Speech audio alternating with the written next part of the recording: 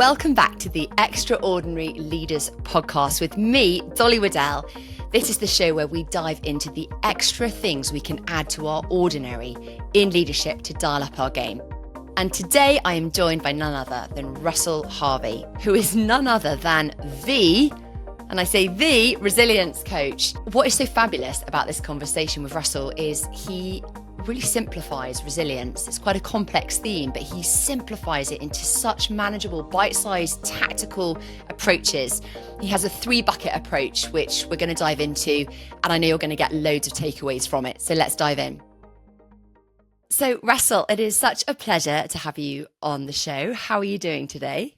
I'm really good, thank you, Dolly. It's lovely to be here, and thank you for asking me. I'm just looking forward to the conversation we're going to have and wherever it goes. Me too. And I'm just going to say, I love the shirt. You're wearing like a proper vibey shirt that makes me feel happy on this grizzly, rainy Monday morning, Russell. So thanks for that. It's the summer shirt, so it's still short sleeved. The wintry time is sometimes the waistcoats, but I'm not ready to put the waistcoats on yet, essentially. So it's still on the short sleeves. Stay in the summer margarita vibe. I love it. So Russell, let's dive in. What does extraordinary leadership mean to you? So genuinely, I do think it is about this word of learning, which can be tough and can be difficult to actually learn. So I define resilience as springing forward with learning. So when a leader actually chooses to be open, to be curious, to learn, think about doing things differently, what they're not great at, accepting what they're not great at, and doing things differently. That's what the extraordinary is for me. And a little build upon that is to try as a practical tip to support leaders to understand what they're genuinely responsible for. I say they're only responsible for 3 things as a leader. We get confused essentially about waking up each day and go, what am I here to do? You're getting pulled from pillar to post. So literally every single thing that's on your desk as a leader needs to fit into one of 3 buckets, which is to delegate brilliantly. It is to remove blockages to your people performing, and it is to create a resilient culture. You're only responsible for those 3 things. So it's literally every single day as a leader when you go, what have I got in front of me? What's in my diary? What am I being asked to do? If it doesn't fit into one of those 3 buckets, don't do it. Wow. I think I love it. I love being given top tips. I'm like, great, now my life's sorted. Thank you very much. So just going back a beat, because there's a lot there to dive into. When I said, what does extraordinary leadership mean to you? You've gone straight into this space of resilience, which I know Yes. You are the resilient coach. Yes. Let me understand. I'd love to know, what's your journey in resilience? How come you've ended up in this space? Yeah, so my whole lifetime career I've been interested in human behavior. So how can we do the things that we do and we don't do the things that we probably should do, essentially? That's always fascinated me. So that meant after a year traveling, I had a light bulb moment in teaching in Hong Kong, going, there's something magical happening here. I don't know what it is at the time, but I know I don't want to be a teacher in a school. So I was teaching English language lessons to people off the street. But when there was magic happening in the room, it was people learning, essentially. So I thought, do you know what? I think I want to be a trainer. So this is back in 1997, it's hundreds of years ago, essentially. So I came back from traveling, going to recruitment agencies and going, I think I want to be a trainer. And they go, well, what do you know? And what you qualified in around training? And I go, nothing and out, it's just literally that's it. So that's my whole career, literally having cultivating a career in learning and development, leadership development, organizational development. And in that journey, I've been made redundant 6 times. Gosh. Yeah. So, as hopefully it's not the fact that there's something awful and terrible at me and unemployable, but actually in this field of learning and development, that's quite often the place that, gets cut first. So I was often in that space. And then the last time, my last permanent role was at the Co-op Group in Manchester. Love the Co-op, I love its values. And I was part of a team of people that were supporting the top 300 leaders in the group. Whilst I was there, it got itself into such a pickle as a business, had a massive financial black hole, and all of my internal clients came to me with their head in their hands, literally going, Russell, what on earth do we do? And I said, well, there's this word resilience, which I've been looking at and working on for a little while. And there's this an acronym called VUCA, VUCA. Good, I'm glad you're nodding to know it. And I said, all of our solutions are in there. Okay, a way out of all of this pickle is in there. And then I also knew, because there was so much change happening in the co-op, that once again, learning and development, HR, would go into its own restructure, and my job would be under threat again. But I also knew that actually at that time, the timing was right for me to set up the resilience coach. Right. Because I'd sort of said, actually, you know what? I know that this six redundancy is coming. I don't want to go to another corporate job. I want to set up by myself. And the timing was right. So forging that whole career in finding my path, dealing with the setbacks, keeping going into organizations that I really thought were going to actually do something genuine with their people. It finally took me the opportunity to go, do you know what? I've got to set by myself and find my clients. That's the best way in which I'm going to be able to make the difference, essentially. Which actually personifies your definition of resilience before, which is springing forward with learning. You could have been crushed by those redundancy moments. I know many have. So just nodding back to the VUCA thing, just in case people don't, I do know it, but it's an acronym which stands for things that are volatile, uncertain, complex, and ambiguous. When you say all the answers are found within that, what do you mean? Yeah, so also when you look behind VUCA, there's the same acronym, more business buzzwords of VUCA Prime. So you need vision, understanding, clarity, and agility. So there are solutions to the first VUCA. Behind that, there are peak performance skills and there are leadership capabilities. So actually, when as a leader, you understand what the leadership capabilities that you need, then those are your solutions and your behaviors and your guides and your ideas about what to do in all these challenging times. And they all actually connect to a link to what does it actually mean to be a resilient human and a resilient leader. So all of the solutions in the VUCA place to go, actually, do you know what? There's connections there with being a resilient leader. So that's why I say all of our solutions are in there. We're not just literally saying the world is complicated and difficult and suck it up. We're going, here's a whole load of strategies, behaviors, ideas, capabilities, peak performance skills that enable you to face into these challenges. So something that I really like about your work that I've seen is you talk about helping leaders get their mojo back when they're, in treacle, essentially. And like leading is, I've talked to you before about this, Russell, but leadership is a very ordinary thing. And, capital O, many people are leaders. And yet it can be a really exhausting role, and it can be a really big daily grind role, especially if goalposts keep moving and you've got stakeholders to deal with and you've got complex working from home, scenarios with your teams. The landscape's constantly shifting for so many businesses, and to be a leader in that space, it is exhausting. It can be a bit like treacle. But if you're offering a way to find mojo and connecting them to resilience, how do you help people do resilience in the way you've been describing it? Because it's quite an active thing to learn, to lean forward, when actually people might be knackered and just want to lean back. Like how do you deal with that? It can sound challenging to make a start. It is. There's not necessarily a hard and a fast answer. So my intention is, and so when I engage with clients or I run sessions, I say, right, so my intention to start with is I'm not here to add to your to-do list.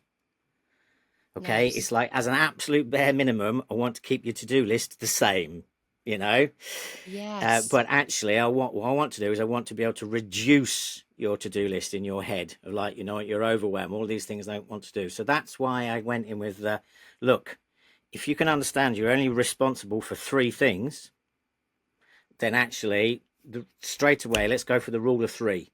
So your to-do list has gone from 150 to 3. Okay, straight away as a starting point. So then it's also a case of sharing with people how to be a resilient leader, and we'll come back to it. A massive amount of it is playing to their strengths. That's actually understanding, okay, I've got an idea that there's 1 thing or 5 things or 10 things, having worked with Russell, that I know I need to do better. What's the 1, 5 or 10 or 20 things on my existing to-do list that I'm going to, stop doing? It's about the idea of a replacement of a behavior. Yeah. And doing those will mean that actually you will move away from that overwhelm more towards more energy, more of your mojo. I think it is this cognitive overload. You've heard this concept, and that is what is really exhausting people, just the amount of content and information and emails to go through. So actually giving a sort of three buckets, as you call it, is genius, because it simplifies the cognitive overload. But I was just thinking of it from my own personal life and the stuff I've got going on in my life. Can I put it in those three buckets? And actually, even, I'm a busy mum with 4 kids, run my own business. Actually, yeah, I can see that delegating more stuff to the teachers, to the, to my children will probably fit that first bucket. But what happens if some things people don't know which bucket to put it in? I'm just thinking of my clients. So big problems they've got are things like stakeholder conflicts of interest. That's a big one, isn't it? Like, this department wants this, and this department wants that. They're at conflict. We've got targets that are, if I have a green target that I hit green, it actually makes it red for the next. So where would you fit things that are quite in the middle? How do you categorize certain things? So that for me goes into the whole space of removing blockages to your people performing.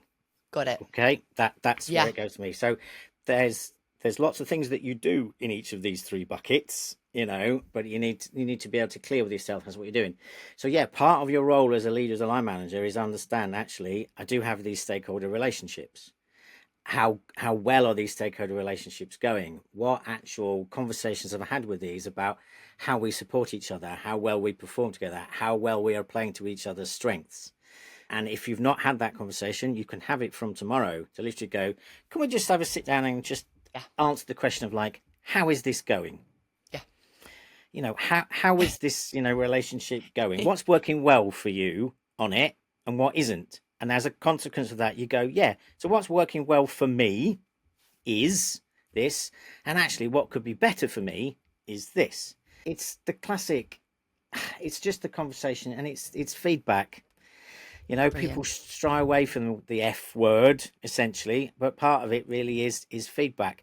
So when you do that, that means actually you and your role as a leader, you're working at your level to improve the relationship with your stakeholders, so that actually you're removing blockages for your team. One of the things that your team can't do is, like, we're trying to fix this, Russell, but those guys over there, they're not doing what they need to do. So it's like, that's on me. That's on me as a leader to go over there and talk with my peer and go, yeah, can we have a chat about actually how you're performing, how I'm performing, how your team's performing, and what we can do about that. It takes confidence to do so, which is one of the dimensions of being resilient, but that goes into that space, essentially. What's really interesting, because actually it's the most basic thing. Sometimes the big L&D stuff, like, what's the thing to get to remove blockages? Oh, what's the sort of 10-part process? Just talk. Just actually go up to someone and have a conversation is almost too simple, isn't it? People miss it. Yeah, they do. It never ceases to amaze me when I say it, when people sort of go, oh, so we just need to talk to them. Yeah. What a crazy idea. So I've actually been doing some work with a client recently in this vein and helping with confidence. And I always think, whenever I'm asked to do confidence coaching, I'm like, it probably isn't about confidence, actually. It's about something else. Yeah. And it's as simple as this person I'm coaching and the team, it's really hybrid. So they just don't know each other. And it's got to the point of work is just really transactional. And no one knows who's got a pet. No one knows how they take their tea, like just these normal things. And so actually we've just worked on that, like just actually try and build a little bit of rapport and relationship. And as a result, their subsequent appraisal has been entirely different, just because they've been human. Yeah, right? It is. There's a lot of stuff in the confidence place, and you're absolutely right. So one of the specific dimensions of being resilient is the word confidence. So what I'm talking about in dimensions, if you go on my website, there's the resilience wheel. If anybody asks me the question, so Russell, how do I build my resilience and how to become I was going to ask you, so go on, let's go there. Yeah, how to be a resilient leader. I go, look, there's this wheel. It's built on research from Robertson Cooper, who did loads of research around resilience and put it into the world for free. So credit and kudos and thank you to them. Brilliant. And I've added a couple of different dimensions to it. So really simplistically, heart resilience is attitude. Resilient people have a purpose. They have confidence in terms of their balance of positive, negative thoughts. It's about the word of adaptability. It's a really openness to change. It's about your support network, just how good it is. It's about our internal storytelling. So the meaning that we attach to events, about life's events. So Yeah. what's the story that I tell about being made redundant 6 times? Yeah. What's the Yeah. best way I can tell that? And then it's this word energy, which is about playing to your strengths.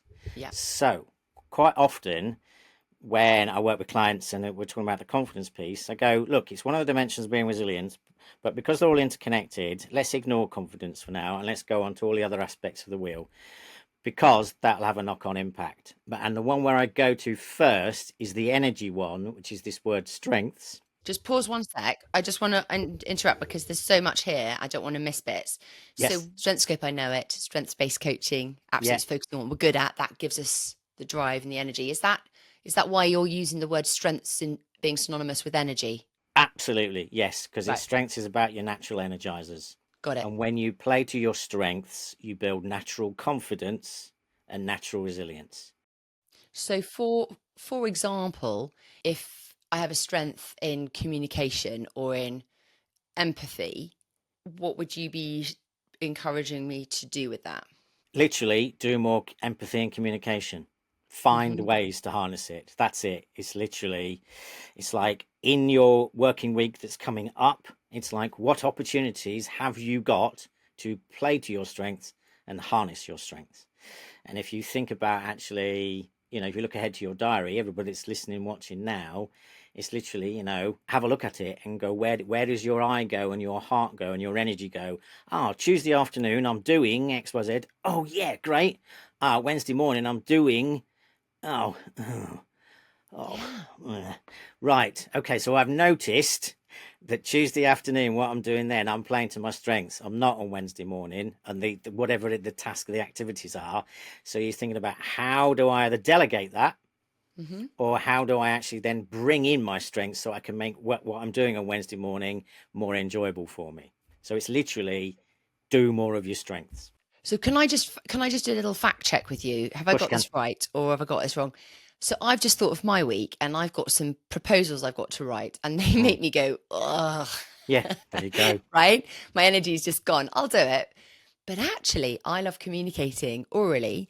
So maybe I do my proposals on little videos, just Yes. really quickly with a transcript if they want to see it. But that energizes me more Yeah. than writing a big document. Is that what we're talking about? That's exactly what we're talking about. And I would also genuinely go straight for your empathy as well, because you want to be in their shoes and it's a proposal.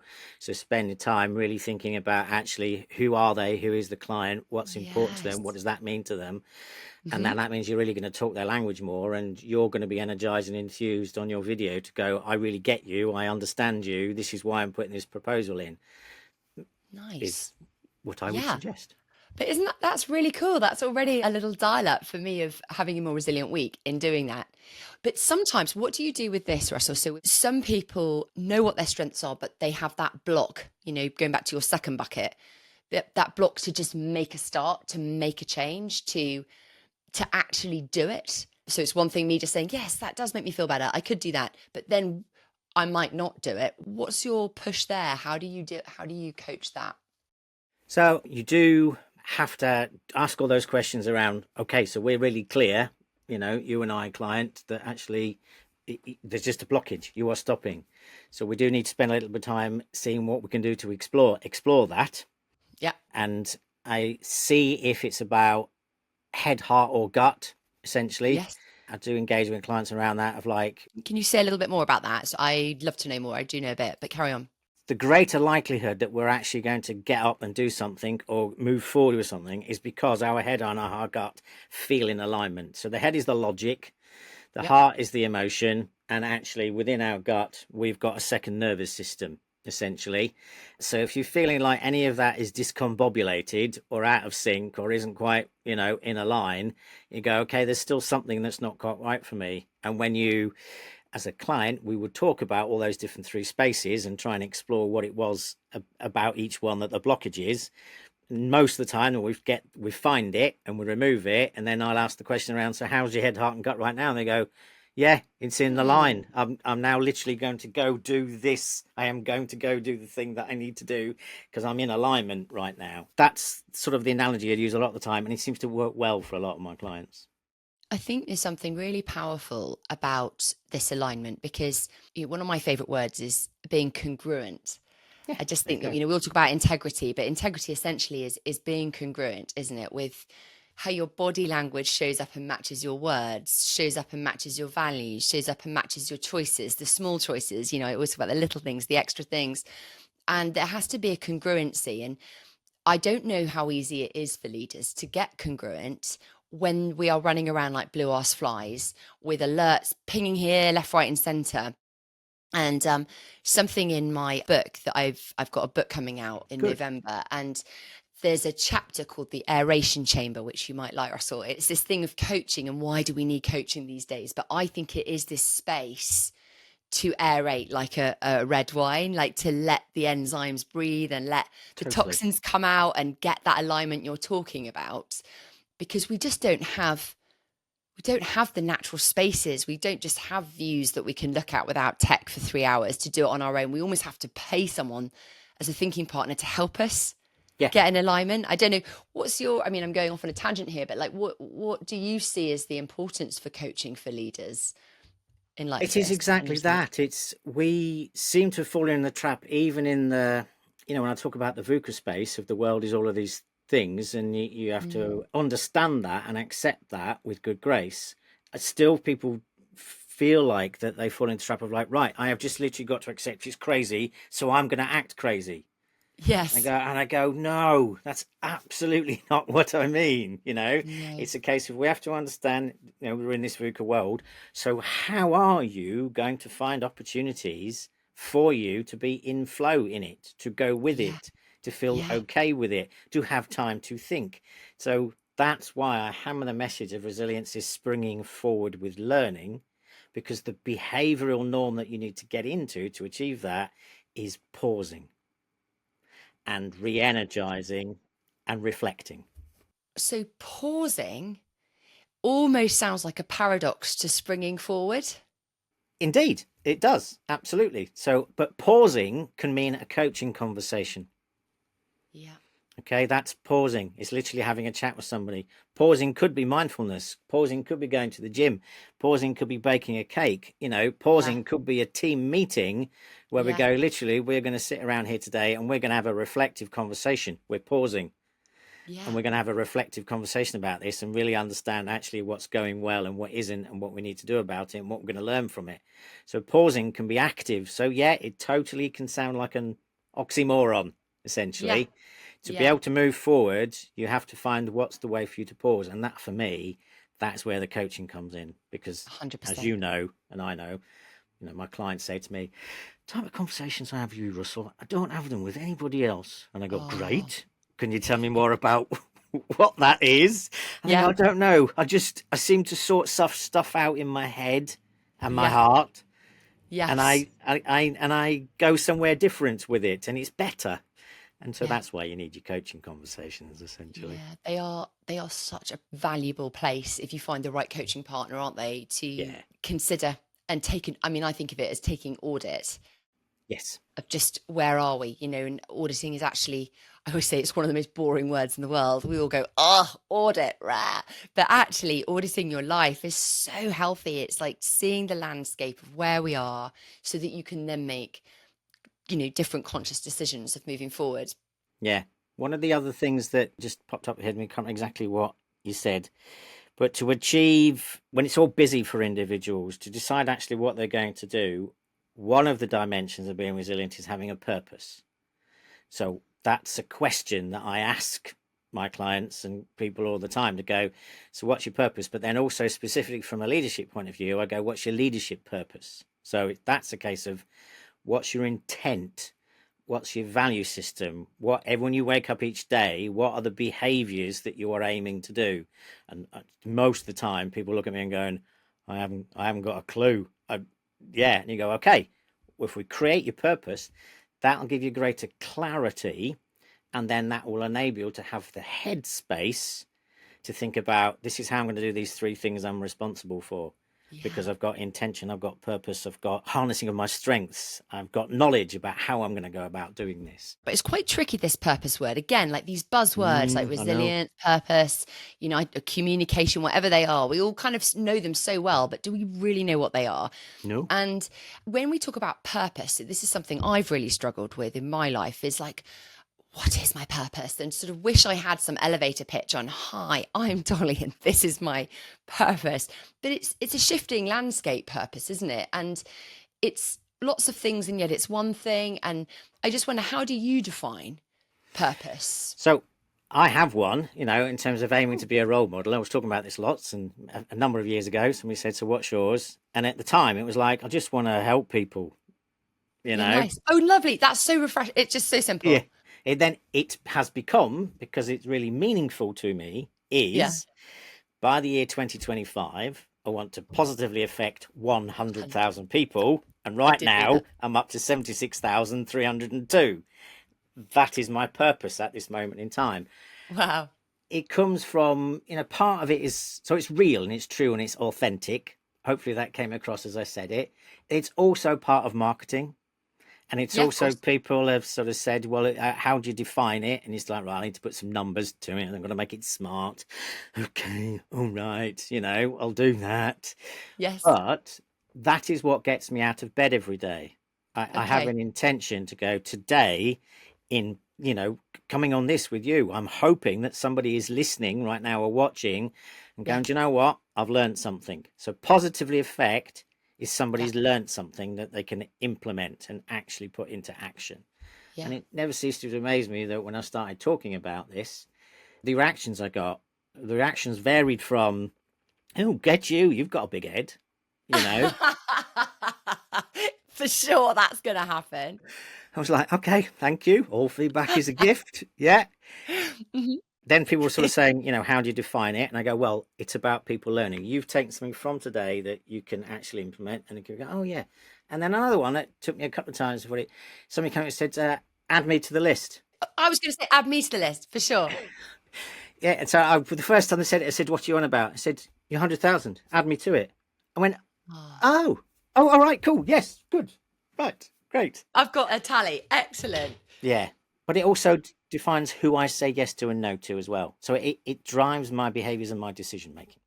I mean, something I was doing last week with a business was we were talking about vision and then talking about the kind of goals that sit with underneath the vision. But it's essentially that, isn't it? Like, what is the kind of big, exciting, bold vision of who I am? Like, I want to do X, Y, and Z, or I want to be this person that motivates or inspires, or I want to solve water for the third world. Like, you have your big, exciting vision, and then underneath it, you have your, dare I say, the SMART goals. But it's those metrics and those things that are either marketing, but to get you out of bed.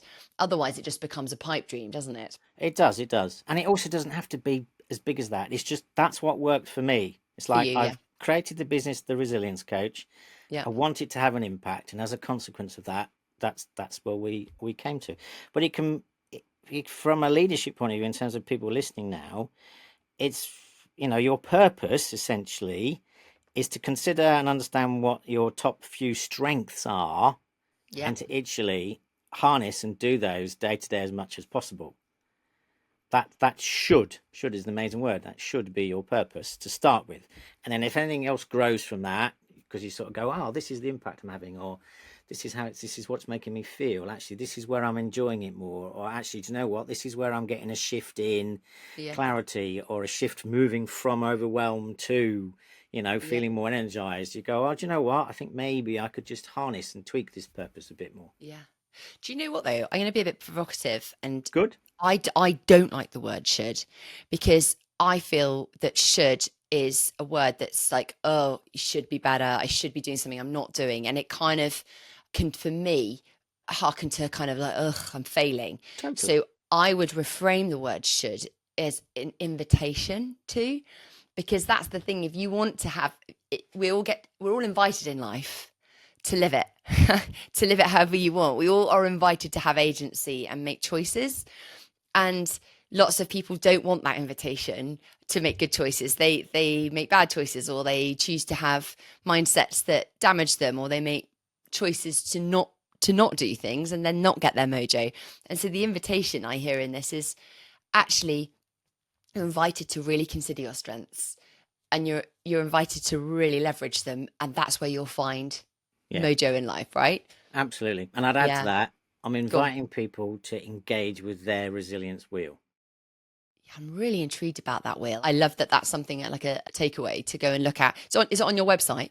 It is as well. And if you go on to, it's all on the website. And actually, I've done a series of a podcast on each one of the dimensions Oh, of the wheel. So if fab. you're interested, Yeah. just literally go on the homepage. They're all on there. There's a conversation about each aspect of the wheel on there, which just brings it all to life. So I invite people to engage with their wheel. We'll put that in the show notes for sure. But just there's one other thing we haven't touched on. We've touched about the resilience a tiny bit and Yes. nodded to removing blockages a tiny bit, but we haven't really talked about delegating brilliantly. Yeah. How do I delegate brilliantly? So remember, it's a conversation, you Yep. know, and it's also, remember, it's the theme that's running through it. You are delegating to your people's strengths. Ah, So, you understand your own, what you're good at. So my question to everybody listening and watching now that is a line manager leader, how well do you know the strengths of your people? So you literally, once again, going to have the simple conversation to go, you've got this work to do, which is your job description and your job role. Okay. How much of this energizes you as a role? yeah. Really understand actually, well, these bits energize me and these bits don't. Okay. Right. Let's acknowledge those, because we need to get the strategies in place for those are the bits that you don't. And you have the same conversation with them as you did with yourself to go, in your working week ahead or the working month ahead, Yeah. all these things you've got to do, where do your energies go? And so it's like, so we need you to produce this KPI, this target, this output, this outcome. It's like, how can you harness your strengths to be able to do that as well as you can? And when we're both aware that there's some things that you've got to do which don't energize you, what's the strategies that we're going to put in place? Could you work with somebody that is energized by this? You're not abdicating responsibility, still yours, but can you work with them? Can you dial up some other strengths to help you in that moment? Or do you just need to create a habit? So I am energized the least by detail. If you ask me to do Same. detail, I'm enthusiastic now. I'm a burst balloon, essentially. Russell, we're the same. Cut from the same cloth. Me too. So I can do detail really well, but I have to understand how and when I'm going to do it. If I can't in that moment, delegate it to somebody else, But then it's like, I've spent a period of time doing something which energizes me.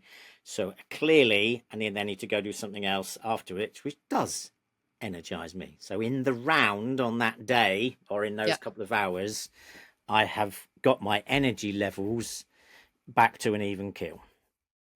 So this might be a bit of a left field conundrum that I'm going to throw at you. I'm just wondering, does this fit in with what you're sharing, or is this about a block with people performance? But just thinking of examples from my clients, I've got one client who's got a team that their constant rhetoric is they just won't do what they're told. They say they will, and they nod and say they'll do it. These small details that need to be done on behalf of the customers that they've got, and all part of customer service, and they just don't do it. And the leaders are blue in the face saying, just do it. And they don't do it. Where would you go with that? Because that's kind of they're doing a delegation thing, but maybe it's not delegating to their strengths. It's also connected to there's a blockage in performance. Where would you go with that? So I appreciate that this intention is never to patronize. So it's all in that word of telling. So it stop telling at the moment. Nice. Okay, because it's not working, So where I would go with it is, human beings only do the things that they do because they see the value and the benefit and the why. So coming cold to all of this, I would explore, with the client around, actually, how much do you understand that your people know why they've got to do this? What's the value and benefit to them? So then it goes back to the delegation coaching conversation. So it is line manager as coach to do, rather than to say you've got to do this, it needs to flip to, so help me understand how come you're not doing this. I've asked you to do it 50 times. So talk to me. Help me understand how come you're not. It's that good old fashioned just ask someone, isn't it? Yeah. Absolutely, absolutely. So they do need to shift away from, and this is where the leadership bit comes in. You have to, sometimes you need to tell. So delegating brilliantly, part of that is understanding where you need to flip your leadership style. So it's like Yeah. telling's not working. So Yeah. adaptability is a key component of being resilient. So it's Yeah. like I have to adapt my style as lead and go, right, tell's not working, so I need to do something else. I'm actually now going to go and ask and have a conversation.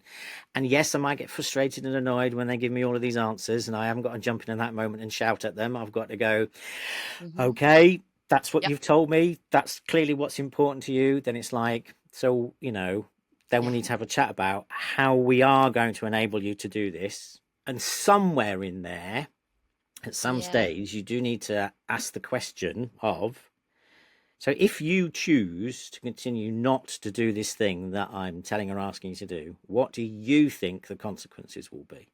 Hmm. Yeah. And Good question. what you're hoping the individual might do at some stage is, it doesn't have to be stressed, but they might go, you'll sack me. Yeah. And then you have to go, yes, Yeah. that might happen, Yeah. because I don't need people that are listening, watching how to go straight in with that. No, no, no. But it's just, it's the conversation we don't have to go, so you've got this job role. We pay this money to do this job role. You're not doing it. I need to support you to understand and, look at your Yeah. strengths and actually Yep. support you to go click the reason behind it and why and go there. But it's like, if you choose to continue to not do what's in your job description, what do Oh, you think the consequences are going to be? 100%. That is such a good question for a leader to ask after they've been round and round the houses. Yeah, yeah. It's literally Yeah. go around Yeah. houses and then you hope the individual will turn around and go, there's going to be some consequences. You go, yeah, there are. But this is it. I call it the transactional, transformational side of leadership. Yes. And yeah, transactional, sometimes it is just like transactional. This is what it is. You've got a job to do. These are the metrics, ABC. But then you've got the transformational conversations that underpin it of like, what's going on? Help me Yeah, understand. totally. But we're Totally. not there to be friends and pastors and sort of, No. chaplains. We are there to drive performance, aren't we? We are. So delegate brilliantly is about having the quality conversations. There's no such thing as a difficult conversation. There are Oh wow. only quality ones, and quality ones include those soft skills which are actually hard conversations. If that once again doesn't sound like an oxymoron. Yeah, sounds like an oxymoron. Those quality conversations, I love that because people do talk about difficult conversations, and which immediately neurologically puts you off having them. Yeah, it And does. it's how do you lean into quality conversations, Russell? I've really enjoyed this conversation. I feel like there's about sort of 10 episodes worth of content to talk to you about. You're a wealth of wisdom. I'm loving it. What I'd love to know as we land is what's the kind of one word if you were going to give a leader listening now one word for them to camp around, to absorb, to drill into, to explore for the coming, I don't know, 6 months, what do you think it is? Well, I was going to put it back on you because from everything I've said today, what do you think is going to be the word that I'm going to say? Well, it quite possibly is resilience. Not quite. It is Go on. strength. It's strength. Say a little bit more. Why do we need to camp around that word? Because this is literally all about what actually drives your behavior. When you Wow. are playing to your strengths, the things that naturally energize you, Mm. you naturally enjoy doing, that's what drives your behavior every single day. So my top three strengths are collaboration, strategic mindedness, and developing others. So whenever anything comes across my desk or I get into a conversation with anybody, that's my go-to place. So I am immediately energized and my behavior being driven by what's the big picture, strategic mindedness, what's the endpoint, what's the direction of travel, how can we do this together, collaboration, and coaching, because I'm developing others. That's where I'm at my best. And that drives my behaviors every day. So everybody that's listening and watching now, understand what your natural energizers, your strengths are, because that is driving what you do. And so it also is going to be helpful for you and very unhelpful for you, that if you turn up every single day and your top 3 strengths are, critical thinking, common sense, and results focus, you are literally going to be turning up every single day from those 3 things. And you can't do that 24/7. No. Because the people around you could, but the people around you can't handle it. The people around you are going to be struggling with it. Okay. So it's Yeah. really understanding what your strengths are. And so do the campfire, really hone into what your strengths are, understand them, what your top 3 significant 7 are, what your limiting weaknesses are, really get those and actually utilize your strengths to deliver your role day to day. Yeah. I love that. And if people are wanting to dive into that, where do they go? They obviously reach out to you because you can coach them in it. Yeah, absolutely. They do the Strength Scope. Is that your recommended one? Yeah, they do. They do the Strength Scope one. It's the one that's overseen by the British Psychological Society. Yeah. It's got validity to it. And the other reason that I say the strengths rather than resilience word, even though I'd love to say the resilience word, yes. I said earlier on that strengths builds natural resilience and natural confidence. So you've got a triple whammy, essentially, of how to do this. So yeah, just reach out to me and we'll do their Strength Scope profile and have a chat about it. Russell, I love it. And do you know, I can really vouch for it myself, because 5 years ago, I stepped into my strengths as a way out of my lethargy. Yeah. And you wouldn't have known it from the outside, but I was on a kind of wheel of just function, but didn't feel the mojo. I felt like I was in treacle. And that's when I went, right, I know. I didn't do a assessment or anything. I just knew one of my strengths was pioneering. I had to build something. And so I thought, I'm going to build a business. And it was in doing that, just taking the small steps daily, that what happened was I stopped getting ill as much and I had more energy. I slept better, like on a really physiological level. Totally. I was more well. And it was just by following, I called it like following the breadcrumbs of my strengths. And it's that, isn't it? It's a really empowering thing. It is. It's mind blowing to so many of my leaders when they do the Strength Scope profile, their eyes naturally go for the low score. And they go, so I suppose my homework is to do this. And I went, no, see these ones here that are really high score, do more of those. And they go, so my homework is to do more of the things that I love doing. And I go, yeah. And they literally just go, mind blown. Oh my gosh, I'm actually allowed to enjoy my life. This is crazy. Yeah. This is it. Oh, well, Russell, thank you so much for coming on the show. I'd love to have you on again. And glad to have made a new friend. Let's stay in touch. Thank you. Absolutely. Thank you so much. Really enjoyed it. Thank you. A huge thank you to Russell for sharing such practical takeaways on resilience. And thank you for joining me on this episode and listening. Something I've really taken from that is thinking about strengths and how strengths gives you mojo. It's such a paradigm shift where we're always striving to do different things to get our mojo, but actually just leaning into what we're good at is so brilliant. And if you want to know your strengths more, or if you want coaching around how you can add extra to your ordinary components of leadership, then get in touch. I would love to work with you.